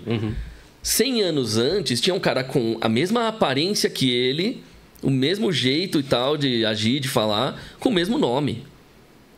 Entendeu? Tipo, então assim... E aí entra aquela coisa. Imagina, se não me engano, era no filme do circo, que nos bastidores lá, a menina tava ouvindo um fone de ouvido intra-auricular que não foi lançado antes de 100 anos daquele filme. Oxi. Tipo, quem que ia ter o iPod de terceira geração na década de 40, de 30? Você já viu uma foto? Da mulher que tava com o celular Além dessa, tem uma outra que é bem famosa. Depois você pode até pesquisar lá se você não tiver visto. Que é do Mike Tyson. Uma luta de boxe do Mike Tyson. O cara e tem com uma a câmerazinha. pessoa com um celular. Sim. É claramente um celular tirando foto. Não, e eu vi muitas vezes esse vídeo aí. É um smartphone aquilo ali. Não, o engraçado é assim, eu vi muitas vezes, eu vi e revi, e eu tinha isso em VHS, eu fui lá e assisti no aparelho de VHS, que foi gravado da época. Pra não ter, pra ver que não era. E realmente não era montagem, aquilo lá tá lá. Olha só. Tipo, quando eu vi é que eu acreditei. Né? Eu não peguei da internet só, eu fui lá e peguei o VHS. Fica a especulação, né? Porque aqui só cabe especulação, não tem como provar. Exato. Mas agora aí fica a especulação. E aí, será que tem alguém viajando no tempo? Olha, uma coisa é certa, eu queria poder viajar no tempo. Né? Eu não mudaria talvez as coisas, até a gente consiga, não sei, né? Agora, existem várias teorias, sempre vão ter. Tem. Agora, tem muitas. Qual dessas teorias vai ser tornada realidade? Só o tempo a gente vai saber. A própria viagem no espaço... Sim. Ela é basicamente uma viagem no tempo. Se você entender a mecânica por trás dela... É verdade. Essa coisa de viajar anos-luz. Que nem alguém tava me explicando esses dias e falou assim, olha, imagina o que é, você manda uma nave até outro planeta que tá anos-luz. Sim. Aí você coloca a galera em criogenia e tal. E existe a teoria que quando a nave pousar lá, já vai ter uma sociedade humana lá. Eita. Porque o tempo que você levou até chegar lá, na viagem, a galera já se evoluiu, já tá mais evoluída e chegou primeiro que você lá. Verdade. E pior que eu lembro de ter visto esse tipo de teoria já sobre... Porque, tipo, a Lua, por exemplo, né? Que até hoje tem controvérsia, cara. É assustador isso.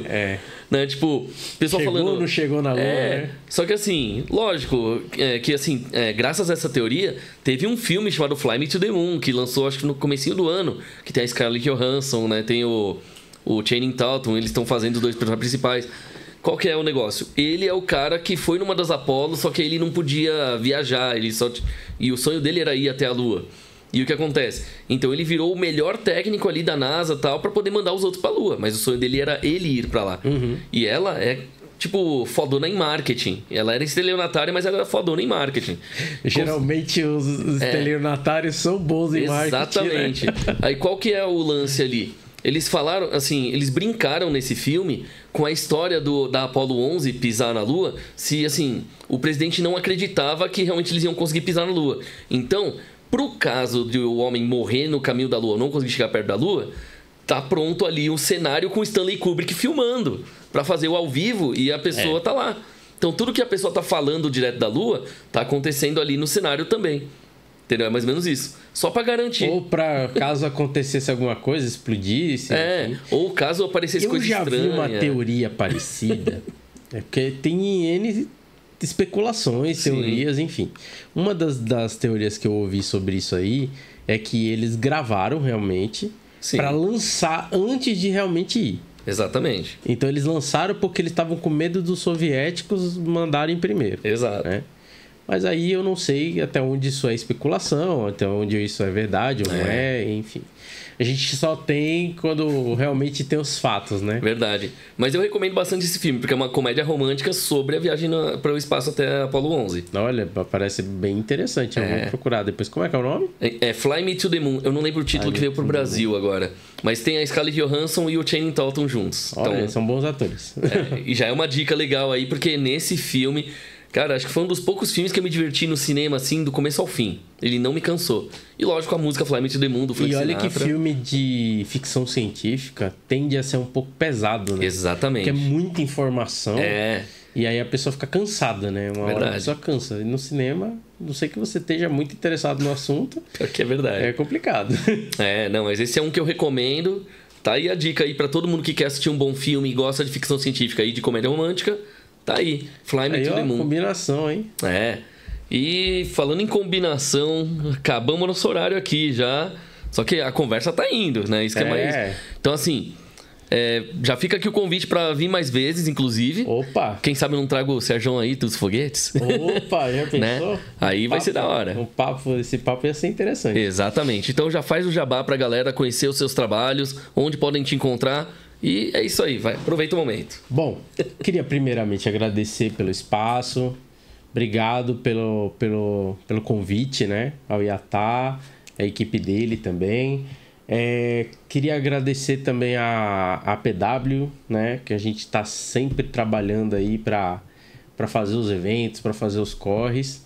Inclusive, queria deixar aqui já o convite. Você que quer treinar luta livre, quer conhecer como é que funciona... Vai lá na academia, procura a gente nas redes sociais como Action PW. E para quem quer o RPG, quem gosta de RPG, quiser trocar uma ideia, quiser me encontrar por aí, me esbarrar nos eventos, procura a equipe Toca Game. A gente vai estar jogando lá, vai estar se divertindo, vai estar colocando alguma dessas teorias nesses jogos por aí. Maravilha. E vai ser maravilhoso. Perfeito. E é isso, galera. Então, não se esqueça, se você ainda não curtiu, curte, compartilha, se inscreve, ativa o sininho. E a gente se vê aqui na próxima semana, na Kenko TV. Aqui nesse espaço da Akiba Station, na rua Tomás Gonzaga, número 18, com o apoio também da Biwau Kombucha. É isso aí. Até semana que vem, galera. Fui. Diretamente dos estúdios da Akiba Station, você ouviu Kenko TV.